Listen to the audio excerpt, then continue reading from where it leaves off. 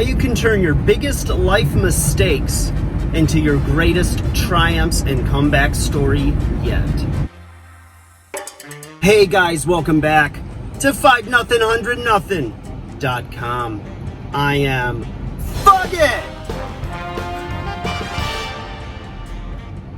And that stands for the fittest underdog guru using intelligent tactics. Guys, I got some good news for you today. All right, and some examples, right? One in particular that's really stood out lately. But if you've achieved any level of success in your life, or you were on a good path, okay? Maybe it was a good relationship, maybe a good job, maybe you were in school and ended up dropping out. But you had some kind of an embarrassing failure.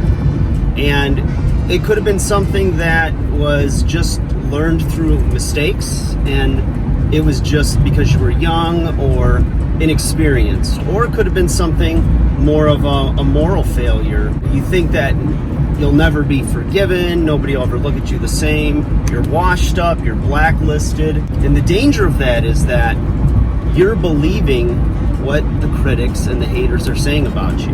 Now, in the grand scheme of things, that is a snapshot of your life, okay?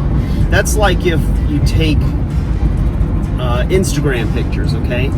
And you were to just put your very best moment of the day, right? Like you could have a couple that has the worst relationship, one person's gonna leave, but they went out to dinner to try to reconcile, and they had that 1 second where they took a nice picture. And they can put any caption they want. And because they're both smiling and you don't know any of the backstory, you could just say, you know what, they have a great relationship and I wish I had something like that. But you don't know what's really going on. And the same thing is for your life, that whenever you're going through things and you've done a lot of good in your life, and you might have one or two things that kind of went sideways, you learned from your mistakes, and you want to make a comeback. You don't think you can make a comeback, but you definitely can make a comeback. You have to just take a moment, and sometimes depending on the severity of what happened, it might take a little time to let, what they say, a little water go under the bridge, okay? You've just got to let it die down. The best thing you do is say nothing. Apologize, whatever it is that, own up to it, be honest about it, and then let it sit. Let the water go under the bridge, okay? Because time and the way our news cycles go in 2020, it won't take long before something else overpowers that story and people forget. Now, you want a good example of that? Look at politicians, right? How many times do they lie, get caught in a lie about the lie, and then the next campaign election, their opponent is saying all that stuff that they said, and their base doesn't even care, right? Because they love that opponent. They are party driven. They want to be right, and they want what they want. And the same is true in your life. And whatever you're doing, whatever you've done, there is redemption. Look at somebody like Tiger Woods. Look at a great example recently, Mike Tyson. Mike Tyson had it all and really screwed up a bunch of times. And water went under the bridge. Mike Tyson came back. He was a little older, a little wiser, took a different spin, decided to kind of poke fun at himself, did his little comedy tour, wrote a book. And Mike Tyson is beloved, by a lot of people. Some people will never forgive and forget. That's on them, but that should not bother Mike Tyson, right? Mike Tyson is revered by so many people and idolized, and they love him. And I love Mike Tyson. I think he's awesome. And there's just, a handful of people that aren't going to forgive or forget, and that could happen with you too. The best thing you do is remember how big this world is, right? Over 7 billion people. Who cares what 5 or 10 or even 200 people think of you? It doesn't matter, right? What's the saying? People's opinion of you is none of your business. Don't give them anything, right? Don't, and this is assuming that you've changed, right? That you've learned from your mistakes and you're ready to blaze a new trail.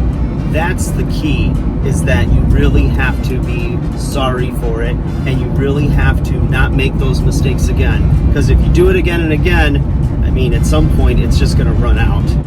You might just want to do something different. Be anonymous on the witness protection program. I don't know.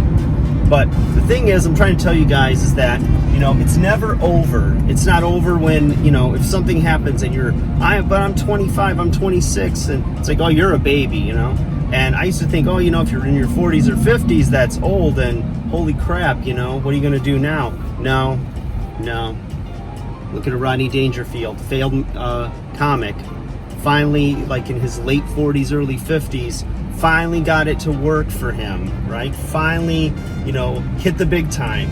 He never gave up. He wrote jokes every day, even when he was working as a salesman door to door for the better part of his youth, through his 20s and 30s, and then into his mid 40s. He did not give up, and he's an icon in comedy. So, guys, don't give up on your dreams. Don't give up on yourself. You know, surround yourself with people that are going to nurture you when you're down, give you truth, tell you where you screwed up, and say, okay, you know what? Let's get a plan going. Let's make a comeback. And what that comeback is, if it's in the same field or if it's with maybe the same person, I don't know. You know, every situation's different. Everybody has free will. The market determines if you still have value, if it was something in your business. But you still have skills, you still have talents, and you still have abilities. And you shouldn't forget that. And you need to put those to good work and create, recreate. That's the beautiful thing about life. You can do anything you want. You put your mind and your heart into it. Do it. Get it done. Like, share, subscribe.